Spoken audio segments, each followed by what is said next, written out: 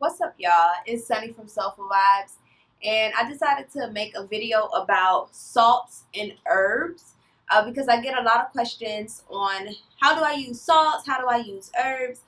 Being that Soulful Vibes started selling herbs and salts maybe like 2-3 months ago, and a lot of people are buying them, but also a lot of people have questions like, what do I do with it?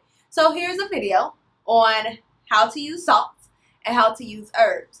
The first area that I'm going to talk about is salts. So salts are like the salts we offer is red salt, black salt, sea salt, dead sea salt, Epsom salt, and I believe that's it. I believe it's 5 salts we offer.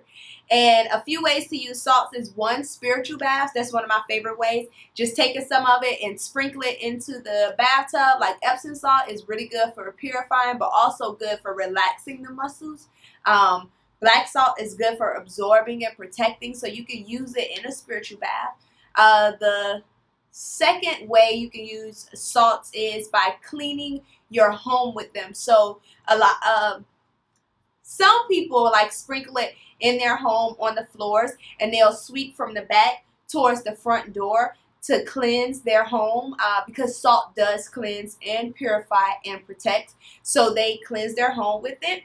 Also, placing it around your home. So for example, I know some people take it like black salt, and they'll put it in a cup or like a little jar and place it in corners of their home or in the front, like the porch, on their porch or in front of their door, to absorb any negativity or absorb any bad vibes or anything that's trying to come into their home or that have been in their home. They place the salt around their home in jars, or they'll just sprinkle it in corners and things like that. That's another way you can use salts. It can also be an element of earth on your altars. So I'm big on making sure each element is represented on your altars and also in different rituals. So you can use salt as an element of earth on your altar, and basically use salt in any rituals that you feel that you want to use them in. To be honest, like, we're using things, you just have to trust the process. You have to trust your intuition and believe that your guides and ancestors are not going to lead you wrong. So you can use it in rituals. If you're doing like a candle ritual, maybe you could sprinkle the salt around the actual ritual to protect it. Yeah, like literally any way you find fit to use salts. I'm just sharing some of the ways that I use them and some of the ways that I know people use them. Those are ways to use salts. And then herbs. So one of my favorite ways to use herbs is to dress candles. Sometimes I'll use, there's a few ways that you could dress candles with herbs. Sometimes I crush them or grind them up, and you can like sprinkle it on the top, or you can use whole pieces and sprinkle it on the top or rub it on the side of the candle. Even if you make your own candles, and when the wax is melted, you can add herbs into it so that the herbs are infused in the candles. That's a way I use herbs. I also use it in cleansing, and I also burn herbs. I say those two the same. Because cleansing, so for example, I may use peppermint or eucalyptus and burn it on a piece of charcoal to cleanse my home, but I also may be working on money, so I may burn pieces of cinnamon and clove and use it around my home. Like it's not necessarily cleansing it. Well, it is. Let me say that. Smoke cleanses at the end of the day. Depending on where the smoke is coming from and which herb or root is coming from, determines the other benefits that it has. So I may use eucalyptus and peppermint just to cleanse and get rid of, or rue or hyssop.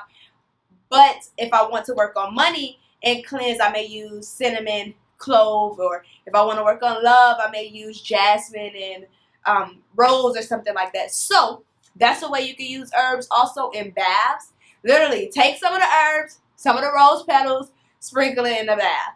You can also boil them. So a way I do spiritual baths, sometimes I'll do spiritual baths like soaks with salts and herbs mixed, but a lot of times I will boil different herbs together and let it steep and things like that, and then draw a bath and pour that mixture in a bath and use that to cleanse myself. So you can use herbs in a bath. You can use herbs in jars. So if you make honey jars or intention jars or candle jars, any type of jars you use or make, you can put herbs inside of them or around them.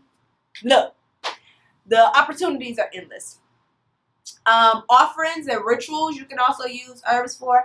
So some deities, some ancestors may like certain herbs. You can use it as an offering to them. I won't go too much into that, but I'll leave that one there. Also, you can use it in mojo bags. If you're familiar with mojo bags, that's the way that I use my herbs. I put them in mojo bags. I'm not about to give an explanation on mojo bags right now, but if you're familiar with it, that is a way that you can use herbs. And also, to be honest, one of my other favorite ways, I guess they all kind of my favorite ways, don't judge me, is using it in a medicinal way. So you can make tinctures or teas or different things that you can use herbs for. For example, you can make different infused oils. So I may use St. John's wort and infuse it in an oil and use that oil for different skin ailments. I may make some rose tea and drink that for the spiritual and medicinal benefits. Peppermint, you can drink peppermint tea. You may make different tinctures depending on your expertise, but I am certified in herbology and aromatherapy, so those are some ways that I use them. I think that's it. I can't really think of any other ones. Just the bottom line is trust the process, trust yourself, trust your intuition, and use it how you're being led to. So say if you're being led to use it in a way that I have not mentioned, use it. It's a reason why it's coming to you. Maybe your guides, your ancestors, maybe your intuition is leading you to use it that way because maybe your grandma used to use it that way. Maybe they want you to use it that way now because they want you to get something from it. Who knows? Just trust yourself, trust your intuition. There's no right way of doing things. I know a lot of people say, oh, you have to follow these steps, you have to follow these steps. I don't believe spirituality and things like this is so cookie cutter. There are certain rituals and certain things that must be followed, but in the overarching thing and the grand scheme of things, there are a lot of things that could just be based off of you and based off your intuition. So let me know in the comments or anything if you have any questions, comments, concerns when it comes to salts, herbs. You can find over 20 different herbs, over about 5 different salts on our website at soulfulvibesco.com. And in the meantime, if you got any questions, drop them below. I'll see y'all later. Love y'all. Bye.